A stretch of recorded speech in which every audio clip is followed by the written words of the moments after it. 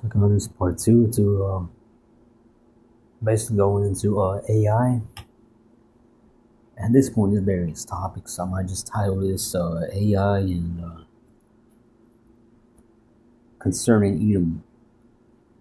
Somewhere along the lines of that, I'm gonna title this. It says the way an Israelite could. Biblical law established a separate, more restrictive category for slaves taken from foreign nations, including Edomites, who were considered perpetual property. The law for foreign slaves, including Edomites, the distinction between Israelite and foreign slaves is outlined in the book of Leviticus. The first bullet point reads, it's titled Perpetual Property. This is the first bullet point. It reads, the law permitted Israelites to acquire slaves from surrounding foreign nations and from among foreigners living within their land. These slaves were considered permanent possessions and could be bequeathed to your sons after you to inherit as a possession forever. The second bullet point, by the way, that's in Leviticus 25, 44 to 46. Second bullet point reads, it's titled No Guaranteed Redemption. It says, on the second bullet point, it says, unlike Israelite debts, foreign slaves are not guaranteed release in the 7th year of the year of Jubilee. So even in the year of Jubilee, you Edomites, if you were a heathen slave servant to an Israelite, you wouldn't be able to be free. And this lack of built-in freedom or redemption mechanism made it nearly impossible for a foreign slave to unilaterally buy their freedom constantly. Even if you were an Edomite and were free, so-called freed in our land, you wouldn't even be able to. It would be rare. It would have been rare to see an Edomite in our land or in Israel having Israelite slaves. Just like in Esau's kingdom, it's rare to see a nigger, right? A nigger, right? A wetback in his kingdom having Edomite servants answering to him.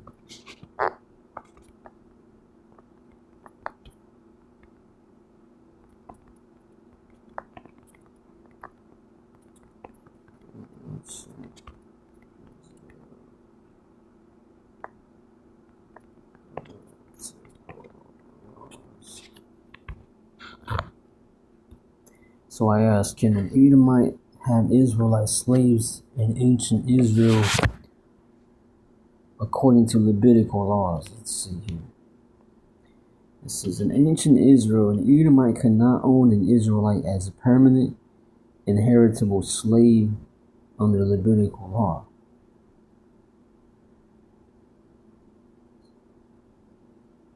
The laws created a two-tiered system that distinguished between Israelites and foreign nationals, including Edomites, regarding the practice of slavery. The key distinction in Levitical law is as follows. Israelite servants, that's the first bullet point. The title is Israelite servants, and it reads, and that's the first bullet point, an Israelite could fall into debt servitude to another Israelite, but they could not be treated as a permanent slave.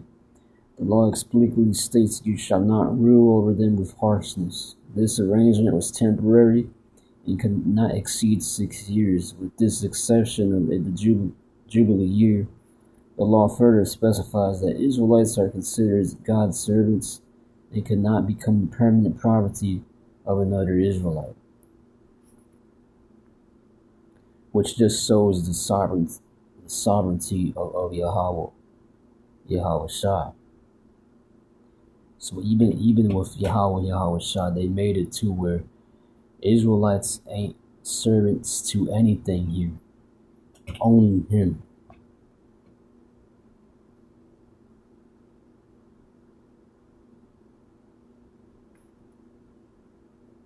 So even if you were an Israelite king, let's say it was King David, that Israelite wouldn't be permanent. If he wanted to go under his service to be his slave, he wouldn't have to be under his service permanently, because ultimately he would belong to Yahweh Shah.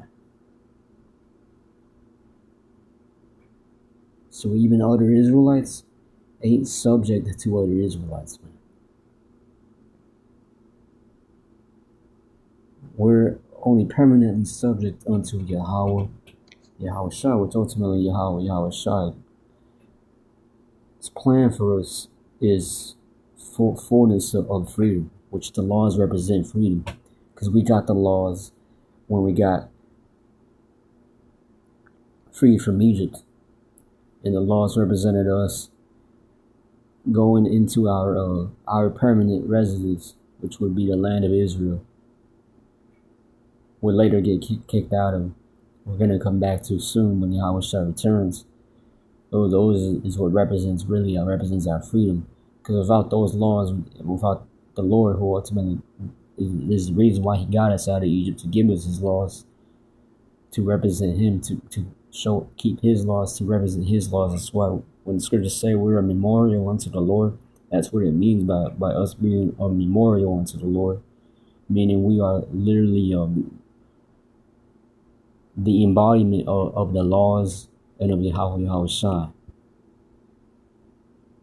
As long as you have an Israelite here, especially of the elect, of the stock of the elect, starter of the elect, especially now, they're always going to have the laws, and you always have some of the elect, a remnant of the elect here. Always. There hasn't been once on earth where not a certain remnant of the elect were here.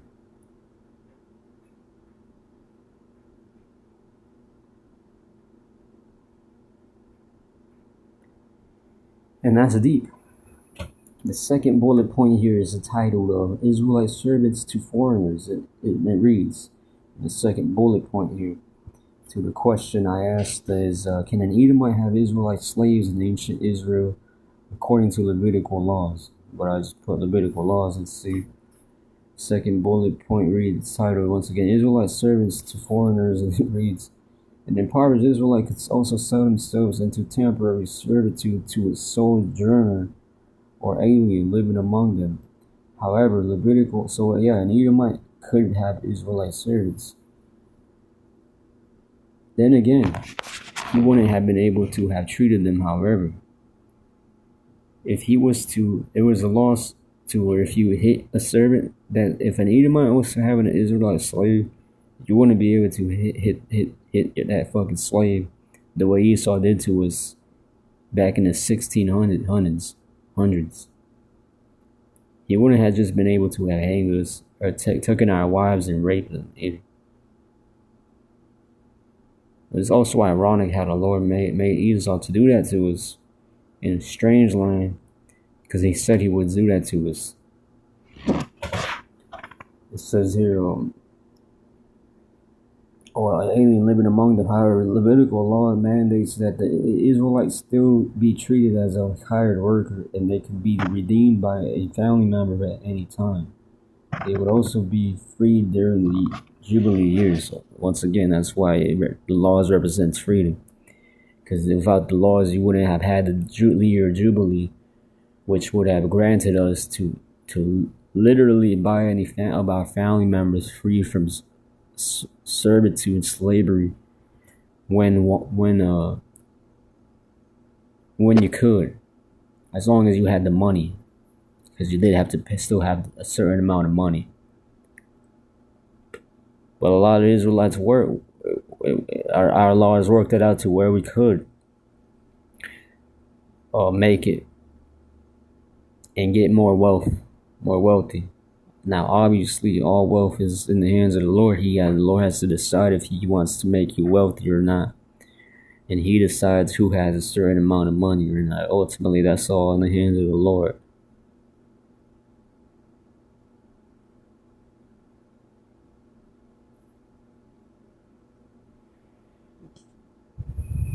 But there was a certain time in our kingdom when a lot of Israelites had good. Mentions that in the scriptures. I'm not going to get it, but it mentions it in the times of Solomon. It mentions how every Israelite was eating under his own fig tree and drinking out of his own cistern. That was a saying in Israel that represented that in the time that was when Israel was in its prosperous, very prosperous time. That would be a saying. Every man drinking, every man eating out of his own fig tree, and drinking out of their own cistern. That was the saying. That just like today, certain sayings they would say, which really you don't have any in this kingdom, because this kingdom is wicked. It's full of oppression, and to prove that, that's why not many people can get rich, especially off an honest work. It's very rare. There is some that make an honest living and are pretty well off, and have made it well off. Because you can make $1 million here and not have to sell your soul here. It's possible. If there's certain limit though, when you get a letter, they send you a letter, and then you'll have to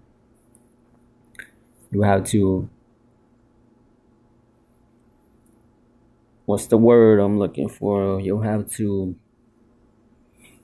either get down or lay down. They'll cut off from you getting more money. So yeah, there's gatekeepers to this kingdom on the left hand. By left hand we mean wicked. The third bullet point is titled "Foreign Slaves," and it says, in contrast, Leviticus 25:44-46 permits that the permanent enslavement of foreigners and their descendants. The law states that Israelites could buy male and female slaves from the nations around them, who would then become their permanent and heritable property. Edomites, as a foreign people, were subject to this provision. So yeah. So if you wanted this Edomite as your slave, every Edomite was a slave to a certain Israelite in the ancient land of Israel. If that Edomite didn't have a Israelite head above him, and you wanted to buy him, if that Israelite head who was above him,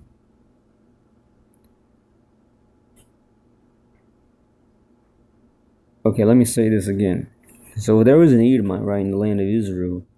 They had a certain every Edomite in our ancient land of Israel, especially in the time of our prosperity, had an Israelite man above him. Because if he didn't, any Israelite man would be, and especially if you ended up having a problem with that Israelite, he would be able to buy you. And if you didn't have an Israelite head to defend you, he could kill you on the spot, especially if you offended him. He would be able to kill you, and obviously it would have to be according to the law. It would have to be according to the law.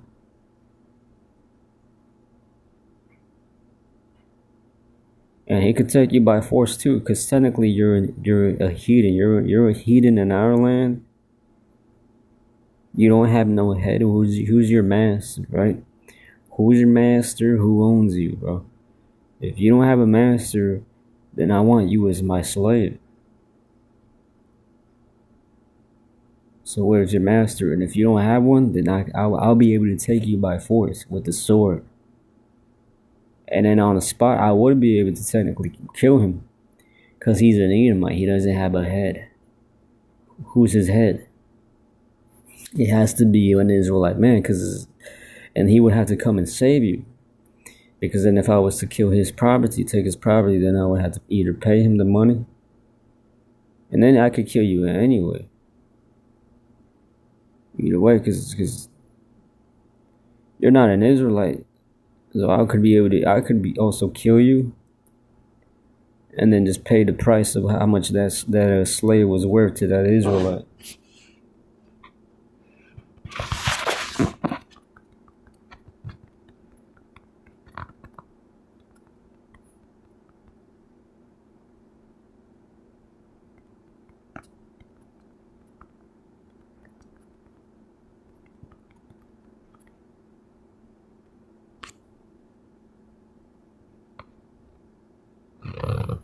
This is according to biblical and traditional interpretations, an Israelite was forbidden from killing an Edomite servant based on the laws against murder in the specific familial relationship between the two peoples. No, they're going off here. No, they're going off. Yeah, they're going off. No, and you can't use Exodus 20 and 13 because the Lord already said about if it's an Edomite, either it would be an. I just explained it earlier too. Okay, I'm getting it's pissing me off now. This shit pisses because they're going off here. Now, if you're simple, you're going to think I'm just making shit up now. Yeah, AI is going off here. When they of course they're gonna bring out Deuteronomy 23 and 7. Let's just get it again. Oh yeah, they have it here. You shall not abhor an Edomite. There, we already know. Apostle Aroundline broke it down, and he brought it out how that's really a clerical error in the scriptures. Now just because look at that, just because I've taken a couple seconds to remember it because I did forget it. A Christian would come and tag that and then say, "Oh, you're going off of that." That's called deceitful little tricks and tactics right there. Yeah, they'll take that and then say, "Oh, they'll just take that. You taking long to answer the question." Like we're not humans and like the scriptures ain't so much to process in your head, especially with the diets we have. Esau putting fucking shit in our food to fuck us up all on purpose, which I saw Shalakrion to them doing that. They're gonna come back and that's gonna bite them in the ass because just because we say we're cursed and you're believing that we're cursed and you using that to keep cursing us, man, that doesn't give you permission to curse us even more, right? That's funny, man. See how that goes out and works out in the courts of y'all. How about some shot? Here in his court, this is his court. Earth is the courtroom. Oh, y'all shot. So yeah, they're gonna go into Deuteronomy 23 and 7 and say thou shalt not abhor an Edomite. But really, when you go into that, around line being brought it out, it's a clerical error that's going into thou shalt not abhor an Ishmaelite. That's really what that's going into. In either way.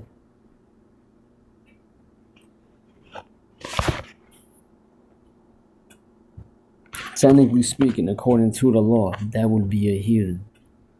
If the Lord said we can come in here, well, I ain't gonna lie, it did say you could bring this out though.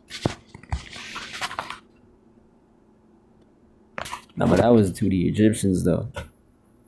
That was to the Egyptians though, because that was when we already finished whipping their ass. But that was when we were to go into our land. That was meant referring to specifically the one I'm thinking about was to Egyptians. Treat the Egyptians well because you were servants in their land. That does come to mind though. I ain't gonna lie, but.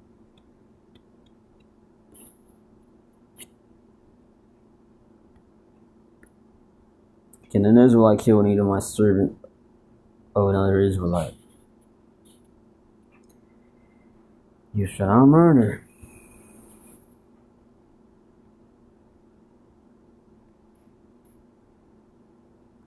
This is why Edomites were not permanent residents. The general principle applies to all non-Israelites residing among the people. Let's see what this is about, though. I could be wrong, though. Let me see. Exodus 21 and 20. Anyone who beats their male or female slave with a rod must be punished. If the slave dies as a direct result.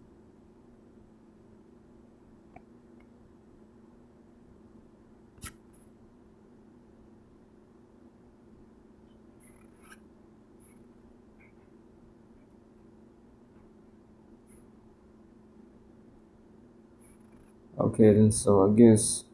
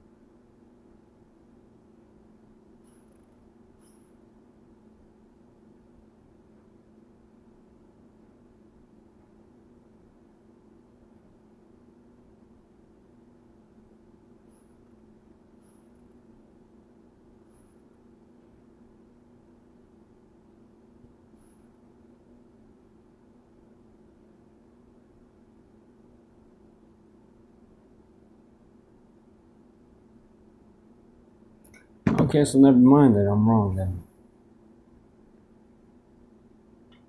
But I notice it says if anyone who beats the male or female slave. So I'm pretty sure if you weren't a slave, and you're just an Edomite there living, just walking around, passing by in Israel, we would have the permission to technically kill you because you're not a slave. You're just a heathen walking by in Israel, land of Israel.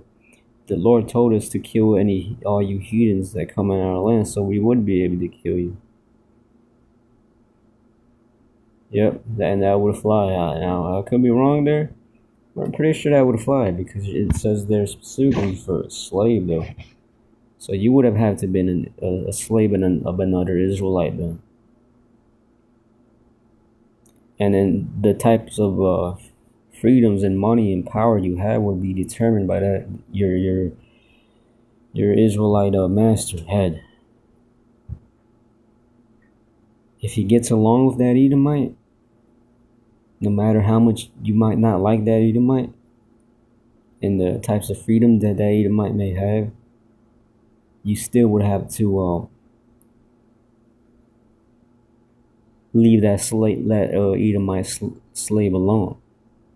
He would still be a slave technically, but you would still have to leave that. You still won't be able to harm that is Edomite slave or Ishmaelite slave because he's under he was still, as long as he's under an Israelite male owner.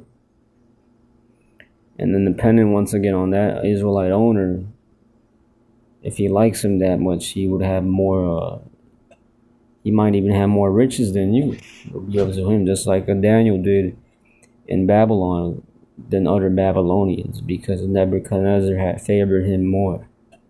So because so just like if Daniel wasn't under Nebuchadnezzar that way, and another Babylonian prince on a higher level,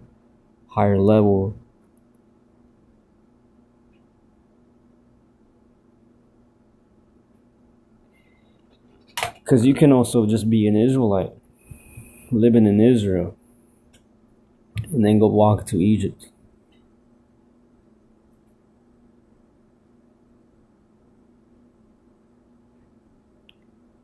Them Egyptians, technically speaking, would be able to just take you and imprison you if they hate us that much. So if there were an Egyptian and were to come to our land, they wouldn't be able to visit if they follow according to our laws, though, too. That's how they got Daniel trapped, too, you notice? So it works, what I'm saying. They ain't bullshit. It works. Just like today, over there in Israel today. If they see a Philistine, they oppress those Palestinians, because that's their land technically is not, but technically it is. It's in their hands. They have power over it. They can decide. They can put out a law right now to say if any Mexican comes in there, then we can kill him because they have the power to do that type of stuff. Well, it just proves we don't have power now, because even now Trump can come out with a law tomorrow and decide let's kill any Mexican, any Negro on the spot. Any Edomite would be able to kill a Mexican and a Negro and not get arrested on the spot. Let's put that law out and make that official here right now. At the same time, I don't see him doing it. Don't get scared, Jake. At the same time, I don't see him doing it because then Mexicans and Negroes would make them get aligned more closer and want to fight back. And Edomites already know they're gonna lose that. So with that, I mean, because you got Negroes and Latinos in the military. You think they're gonna want to kill their own? No, they're gonna group up together and make sure they take out an opposite sector, if you know what I mean. So there, I just wanted to make that video real quick. That's really the point. But yeah, that's just some laws right there. Interested, man. I just went on Google and asked these questions: could an Edomite buy back his freedom according to the law? Then I asked after that one, I asked, can an Edomite have Israelite slaves in ancient Israel, according to the Levitical law? Then I asked, can an Israelite kill an Edomite slave of another Israelite? And the answer to that one is no.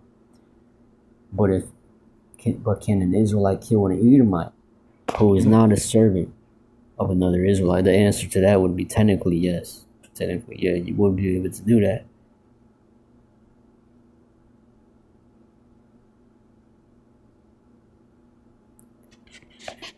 Especially if you're the king. Because then the King David, because the Lord commanded us if the Lord commanded us to go into more, if we wanted more property, go in and take more of the heathen's property, kill them if you want to, or keep them as slaves, burn everything if you want to or not. I was just roughly paraphrase it, but he did command us to go ahead and to go to war with them, take their shit, subjugate them. Now, whether he said kill all of them or not, or keep them as slaves, I gotta look back. But he did say to go ahead and take their shit, basically rape them as a nation, rape them. Rape just means to take by force, so to rape them, and then boom, you have more land. So the Lord could told us to do that. Why not? And if a heathen comes to our land and he's not a servant of any Israelite, because the law, we got the law there. It did say that if you be a slave to death, you should be put to death. But if he's not a slave, it doesn't say technically not to kill that heathen, because he's coming into our land. He's coming into our land, and